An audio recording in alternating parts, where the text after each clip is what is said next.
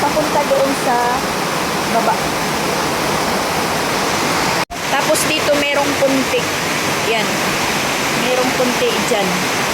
Kasi nang dahil sa dahon ng niyog, ayan, ipinali namin.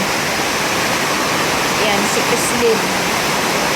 Tapos si Christian at saka si Sia is nandun natutulog. Tapos dito naman, sa kabila, sa kwarto, tingnan po natin. Ayan, meron din. Pero kunti lang. Yan. Doon. Yan lang po yung problema kasi wala pa mga sara. Yan. Yung dito lang po yung nabasa. Yan. Yan po yung tubig. So, pag hindi po yan maagapan, masisira po yung plywood. Nabibisi pa naman si Papa Bits kasi kinukumpuni na po niya yung yung soundbox na ginawa po niya, na ginawang speaker po. Ikinunik po niya sa luma naming speaker. Ayan. Yung kauna-unahang speaker. Ikinunik na po niya yan. Tapos, habang nagpapatugtog po siya, biglang umulan po. Tapos, tingnan po natin yung deep wheel namin dito sa likod. Napuno na po siya ng tubig. Napuno yung hukay. Pero hindi naman yan problema kasi simentado po yung gitna. Yan na po. Yan. Hindi pa po na floringan yung sa ibabaw kasi nga yung lupa is pinapasison, pinapainin talaga na para pag mapluringan na po yung ibabaw, hindi na po siya mag-leak. Ayan. Napuno na po siya ng tubig.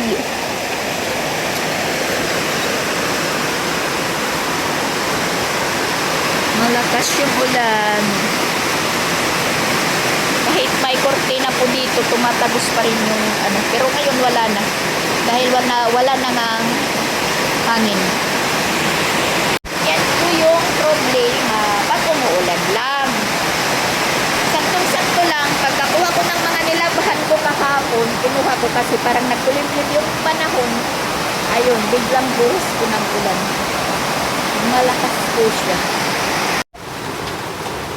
Baha na sa labas. Ayan, baha na.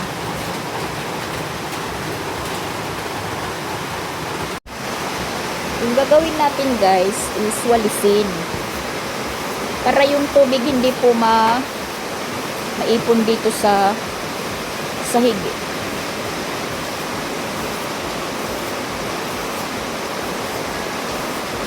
Yan po yung problema pag umuulan ng malakas. Nababasa talaga dito.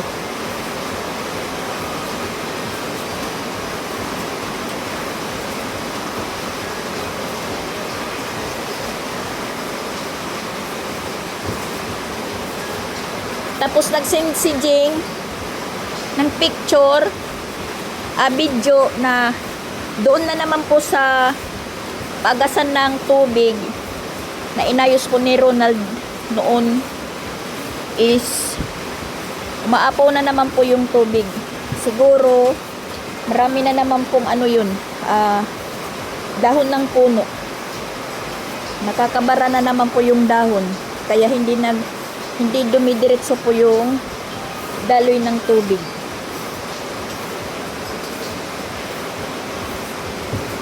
Yan naman po yung problema doon kay Jing.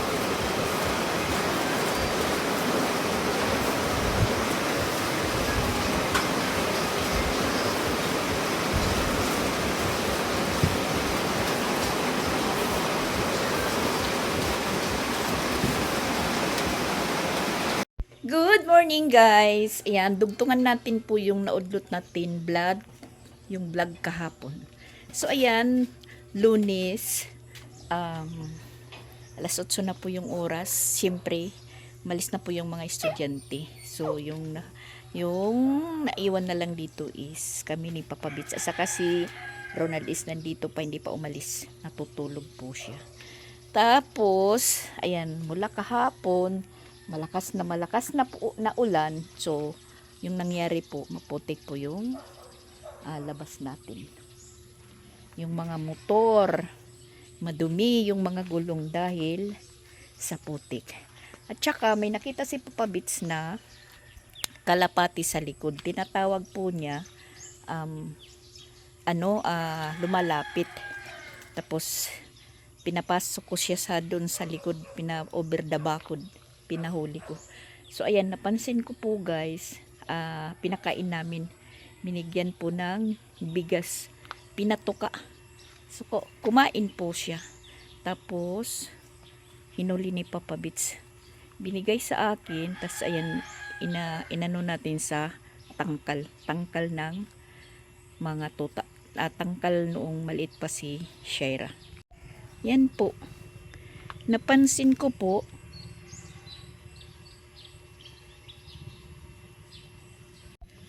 putol pala yung isang paa niya. Ayan, putol yung isang paa. Kawawa naman po siya. Tas medyo meron pong ano dyan sa ulo niya. Yan, parang nakalbo. Siguro, iwan ko kung anong nangyari dito. Kung sinong may-ari po. Nandyan sa likod lang namin. Halos abot kamay na namin pero hindi mahuli dahil merong above wire. So bali pinasok ni Papa Bits. Yan, isa lang po yung paa niya.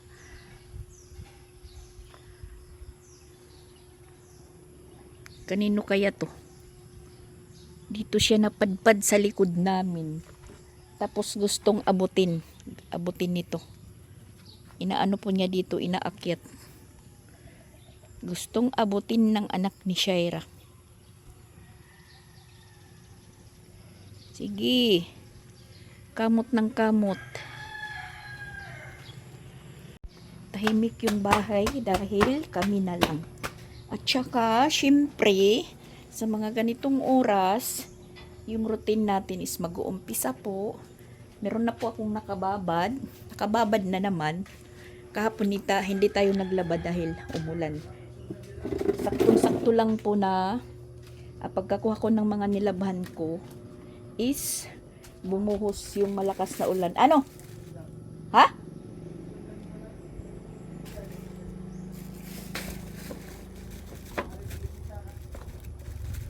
Itak, inaano yung itak, hinihingi ni Papa Bits dahil diretso po siya maglilinis dito sa likod dahil umaano naman po yung mga damo,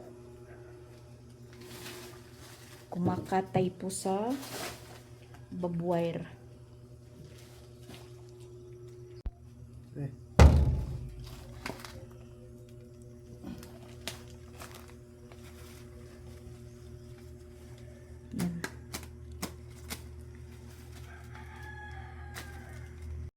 Tas syempre nakapaglinis na po tayo dito. Yan. Tas ayan po yung yung tinapay natin. Naubos ko na po yung kape. Bago po ako mag-kape, nagbabad muna ako. Kahapon hindi ko natapos yung yung pag-vlog ko dahil nabisi po ako sa ng mga basa dito. Kasi as in malakas talaga siya, malakas yung ulan. Tapos bigla naman tumila. Natatawa nga ako doon kay Jing kasi sinindam po niya ako ng video niya na yun. Naliligo na po siya doon sa sa loob ng bahay niya. Alam ko nabara na naman yun kasi yung mga dahon ng puno doon sa bubungan ni Jing po bumabagsak. Siyempre umulan, siguro naipon doon sa may alulod. So ayun, umapaw na naman. Yung resulta po sa loob na naman umagas yung tubig. Yung nakakaakyat lang dun si Ronald. So meron pa namang trabaho si Ronald. So di bali hindi pa yun maaayos doon. Dito naman sa amin yung plano namin bibili ng ng trapal na ganyan, parang lona. tas ano doon sa harap. Tapos yung rinorol lang po pag wala ng ulan. Yun po yung plano namin. Para pag umulan, ipapabitin yung trapal. Tapos kung wala ng ulan, nagro-roll po siya. Para hindi masagwa po tingnan. Buti na lang na tumila kaagad. So ayan, winalisan ko naman po siya ng winalisan. So natuyo kaagad siya. So yung nagpaiwan po yung yung putik dito sa labas. Hindi naman po siya uminit kahapon. Medyo maano lang po yung panahon, kulimlim, pero hindi na po siya umulan mula ng pag-ulan hanggang sa gabi. Tapos kaninang madaling araw, medyo umaaksyon na umulan, medyo tumaligsik, pero hindi naman po nagpatuloy. So ngayon, ayan, mainit na naman po yung panahon. Pag nakaulan, ulan talaga. Binubuhos talaga yung ulan. Kung wala pa kaming deep well, hindi pa po yan sapat sa deep well dati namin. Hindi pa yan sapat na magkaroon po ng tubig yung dati naming deep well. So kahapon yung namin, yung deep well, kasi hindi pa naka-flooring sa ibabaw, puno ng tubig. Pag tila ng ulan, nawala kaagad siya. Sabi ni Papa Bits, ano daw yung yung tubig natin dahil parang lalabo dahil napuno ng tubig yung ibabaw. Sabi ko sa kanya, naka-flooring naman yan sa gitna. Namumroblema siya, namumroblema. Sabi ko, wag mong problemahin yan. Kasi yung dati nating deep well, umaasa lang tayo din sa sa ulan. So ngayon hindi na, kasi sarili po niyang tubig yung nandoon sa ilalim.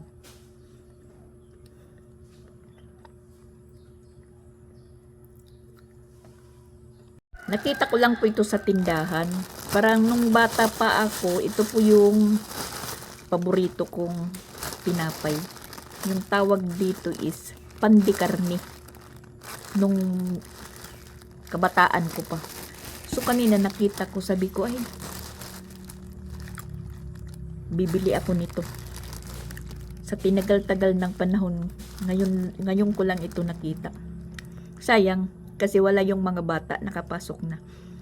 Pero maghapon po ito na tikim-tikim. Pag nalugaran po ito ni Papa Bits, ay ubos ito. So nabibisi pa po siya.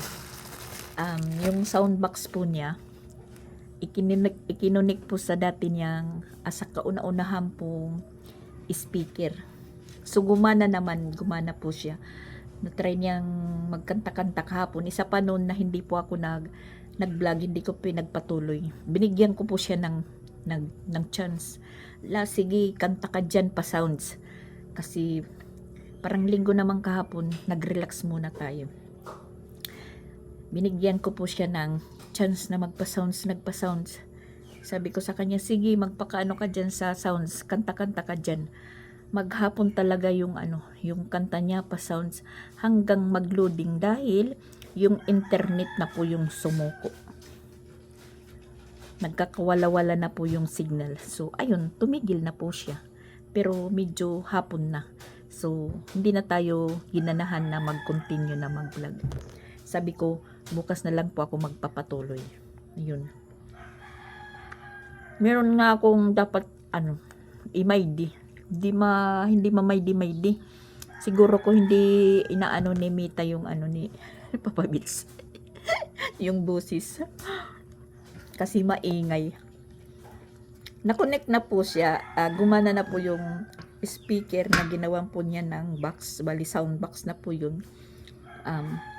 Kaso lang hindi po kaya ng speaker. Dahil walang treble or bass, walang echo. Parang ngungo po yung yung niya po, yung sounds. Kasi pang po yan na speaker. dahil meron po kami niyan is equalizer. Yung equalizer namin hindi na po gumana. Nadala din po pala ni Paul. So kinukunik na po niya kahapon, hindi na pumawer po yung equalizer. Ewan ko kung ano po yung sira. Check up pa po niya. Kung ano po yung sira. Tapos nag-ano na naman po siya sa online, nagtingin-tingin. Sabi niya, ang mahal naman ko ng speaker, equalizer. Meron siyang nakita. 1,300. Ang mahal naman ko, sabi niya. Gusto niya yung mura dahil meron daw niyang nakita na sa online na 300 lang daw yung equalizer. Sabi ko, 300? Baka hanggang mamaya lang po yan yung gamit mo. Pero naaalala ko po yung equalizer namin, tapos dalawang soundbox naman po yan, tag isa-isang speaker na yun inisa na lang ni Papa Beats. Bili namin po noon sa mga panahon, maliit pa, hindi naman maliit, mga estudyante pa lang sila Jing.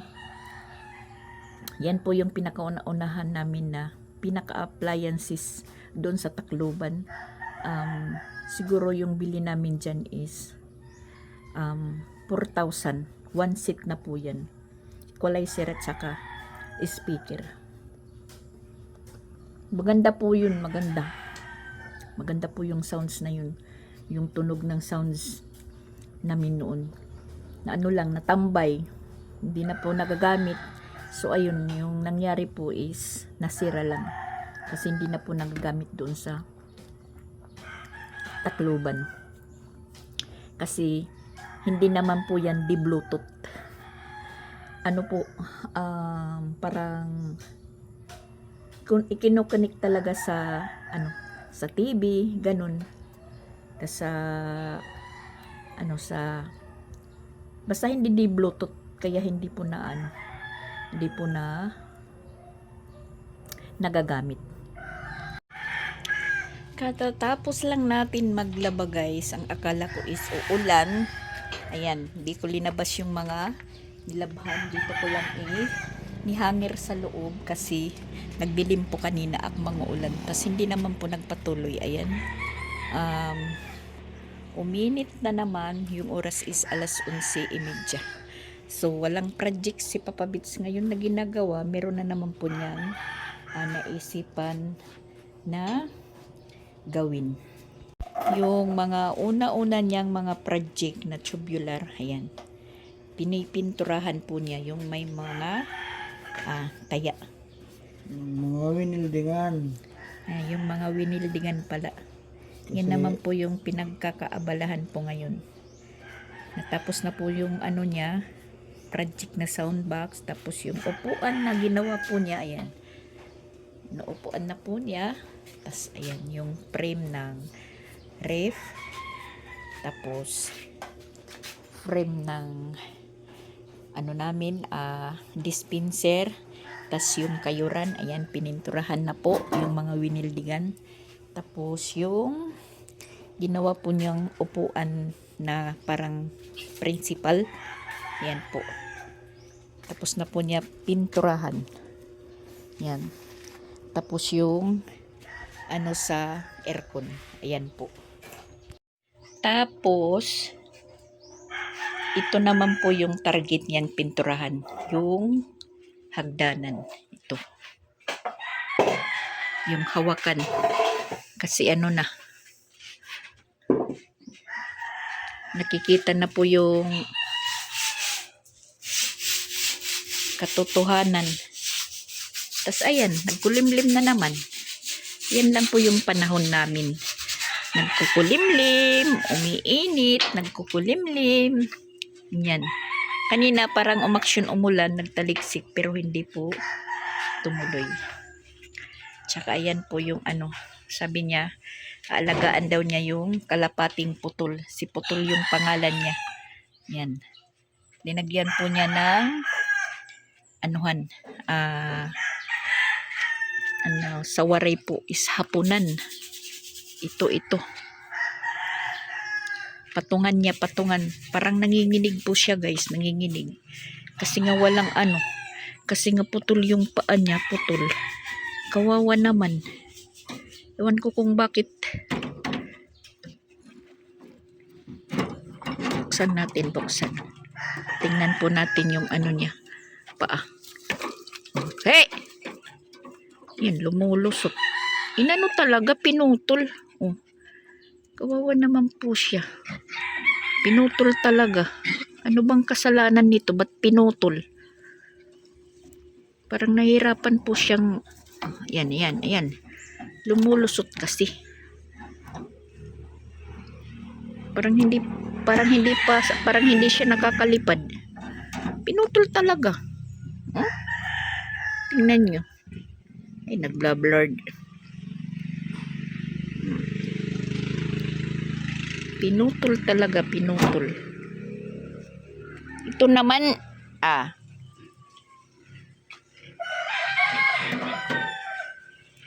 yan, tingnan nyo yung langit. At umaambon na nga.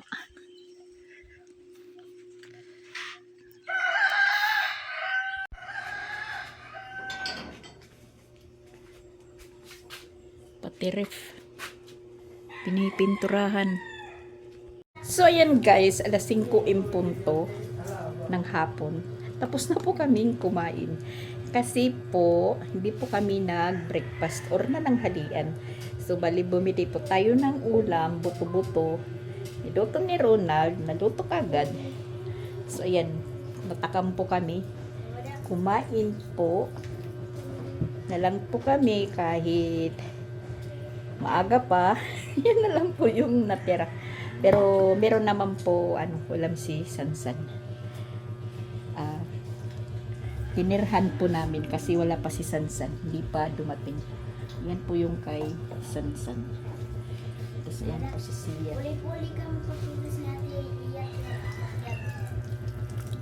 Puli-puli paghugas. Ako na lang maghuhugas para kuan. Masayon. Kay wala kita dila. Pagunaw na. Para okay na. So, ngayon matutulog na po kami guys kasi tapos na po kaming maghapunan. Di, yung gustong kumain umaya, mag-ano na lang po ng bulad or tuyo. Magutom na kasi. Imagine, walang breakfast, walang pananghalian, pero diretso. Kasi para isang ulaman lang, isang lutuan lang ng ulam.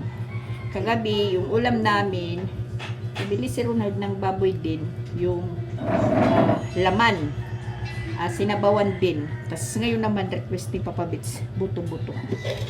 So, ayun, niluto ni Ronald. Naluto kagad, nakaramdam na ng gutom. Na, kumain na po kami. Uy, sige na, pagtipid na ako eh. Upin at kabutang. Henta ko pinin. Man. Doon Masarap kasi may sili.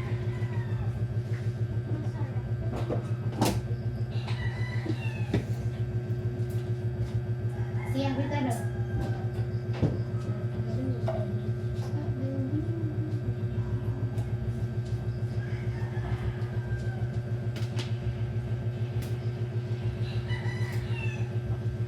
Siya kita ah.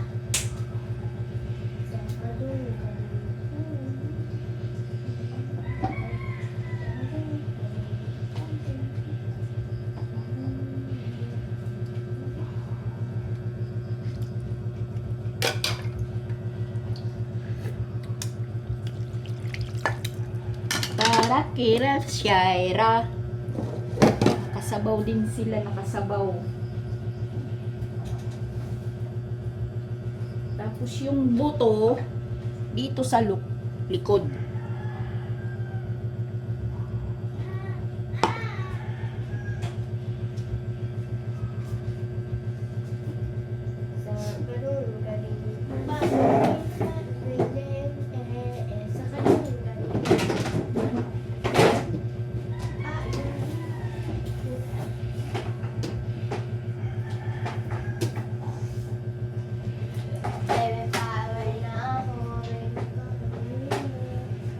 man kuan ani pa di siya. Di pa di botilya.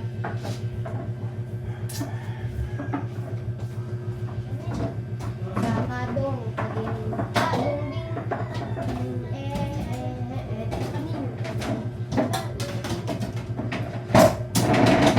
Di pa naluluran eh. Kapta dito. Hindi ka na malungkot na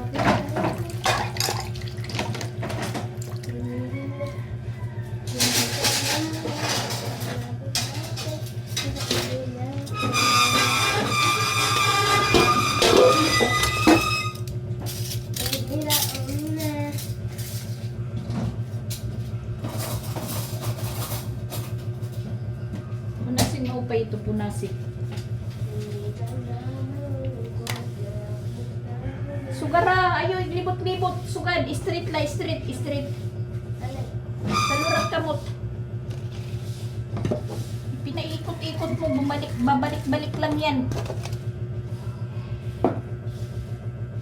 Saluray mo ka, tim kamot, salura.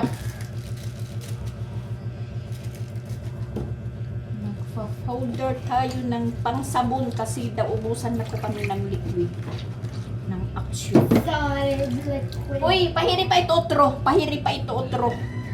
Pugai ito na hinis. Oh my gosh. Pugai. Waswasi didi. Bibinirik-birik lagi. Street light ito nga kahinis. Street. Kaya nagbabalik-balik lang ito imo iginihinis. Ay nako. Manpil, ayos at manpil.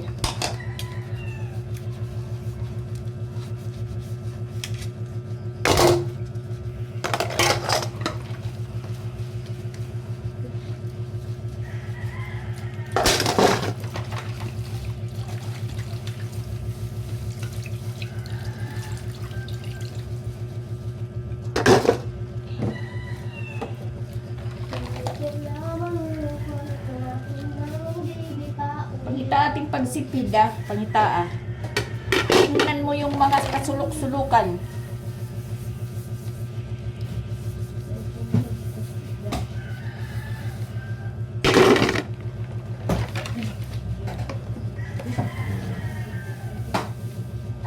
Pero yung alas 5, madali lang. Pagka maya-maya alas 6 na. Madilim na. Kasi kanina, pagkatapos kong maglaba, umalis po kami ni Papa Bits. Meron po kami pinuntahan. Tapos, nakabalik po kami dito mga alas 3 na. Diretso po kami doon sa tailoring. Kinuha yung isang uniform ni Sansan. Kasi, panay na po yung tawag. Okay, tapos na. Siyempre na kailangan yung bayad. Tapos diretso po kami bili ng ulam. Tapos timing naman si Ronald is nandito pa kasi bukas pa yung alis. Mamayang mga madaling araw. Siya pa po yung nagluto.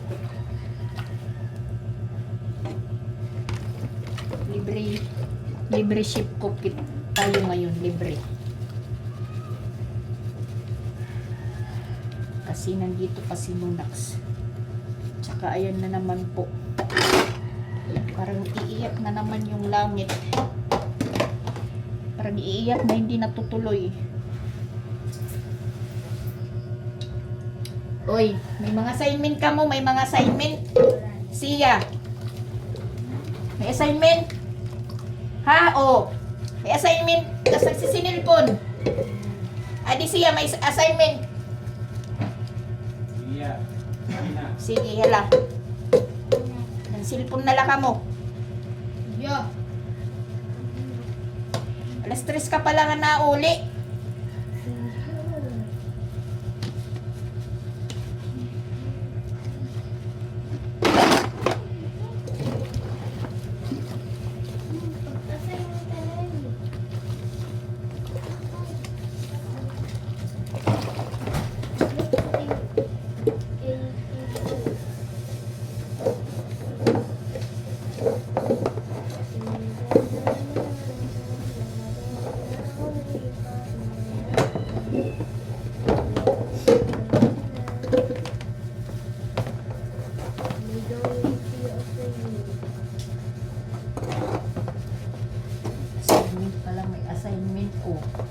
Balunan. Creslin, ang balunan ni mo gihapon. Oh.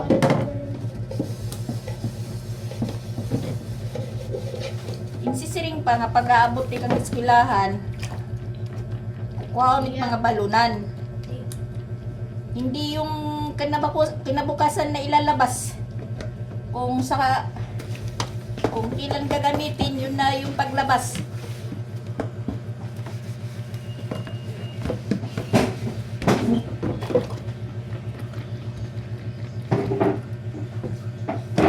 Creslin, kuha na ito kuhan. Plastic, bis masabunan. Eh, dami bukasan. Ito, kamis siya. Ano yung sura?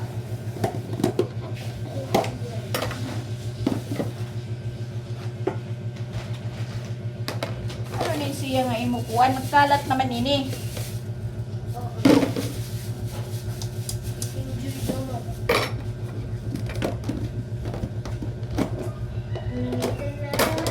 Kalat, nagkalat.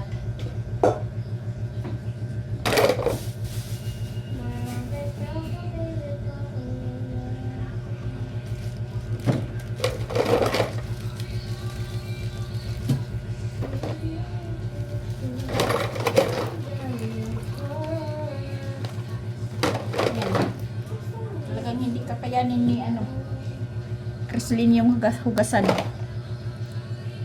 Kaya tayo na lang po yung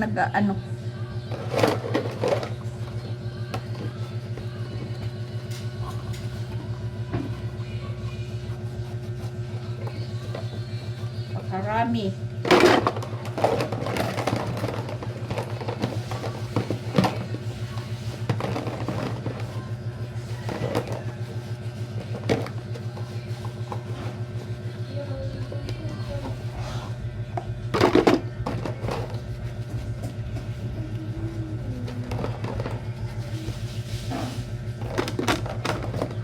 Ano ito ngayong assignment?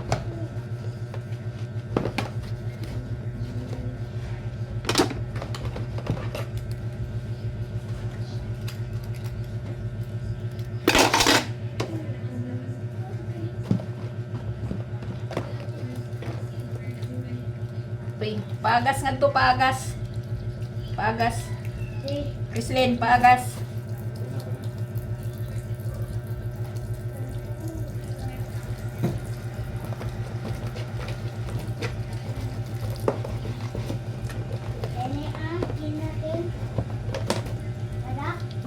Ha? Ano ito? Tatin-tatin? Sige, basta blue to blue. Blue, red to blue. Blue to blue, red to blue.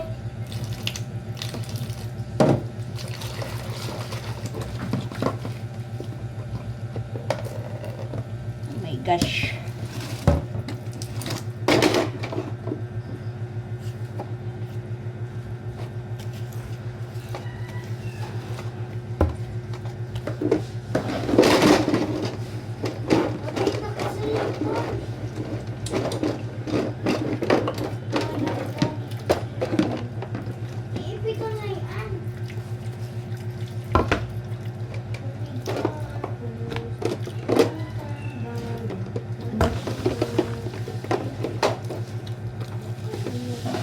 Ano po tayo dito kasi nagluto tayo ng bangus nung isang araw, nagprito, lumalaban po yung bangus, tumilamsik yung mantika, napunta po sa ating parang ano ba yun, bugbog yung kamay ko kasi ano lang po yung yung dito nasugat sa pag kay Shera pag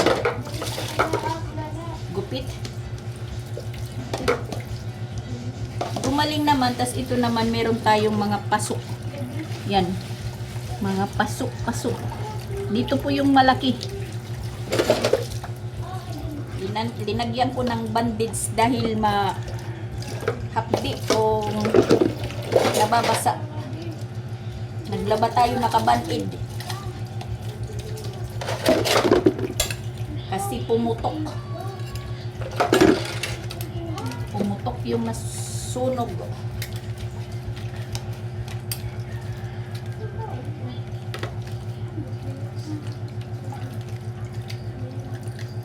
Parang ano yung anong kamay natin.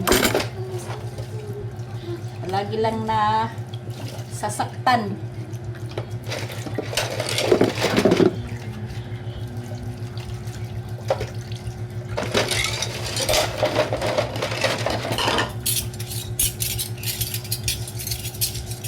Criselin, alayon daw anay ako hangin electric pan ikadiha akon pasunan duro. Asay manit imo ato ba nga nit imong pipinanginan.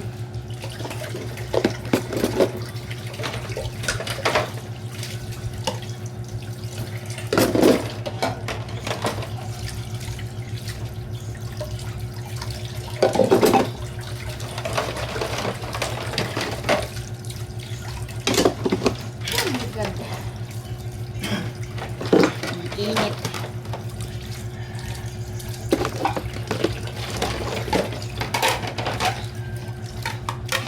Maaga po naghapunan. Yan po yung tunay na bukid. Alas 5 pa lang po is naghahapunan na. Oo, totoo. Noong nandun po kami sa Samar, sa Santa Rita, Samar, yung hapunan namin is alas 5 pa lang. Kasi kinakailangan alas 5 pa lang kumain na kasi para pag alas 6 sarado na yung mga bahay. Kailangan wala nang nakikitang tao sa labas. Dahil marami pong NPE. Totoo po yan. Doon sa kapatid ng lulo ko. Nakatira po ako sa minsan sa Samar. Sa Santa Rita, Samar. Pero ngayon yung Santa Rita, Samar, parang ano na siguro, syudad. Kasi noong panahon pa, siguro mga ano pa lang po ako noon, mga 9 years old. Nakatira po ako doon ng Santa Rita. Kumakain po kami alas 5 pa lang kasi pag alas 6 kailangan sarado na yung mga bahay, wala nang makikitang tao sa labas dahil yung mga NPE is nagrurubing na. Tapos may masama pong nangyari doon, kwento sa isang uncle ko na biktima po ng NPE. So ayan po guys, bye bye muna, thank you for watching, God bless us all. Tatapusin ko muna yung trabaho ko. About sa sa isang kapamilya ng tatay ko doon sa Samar, meron po akong experience at kitang-kita ko po yun.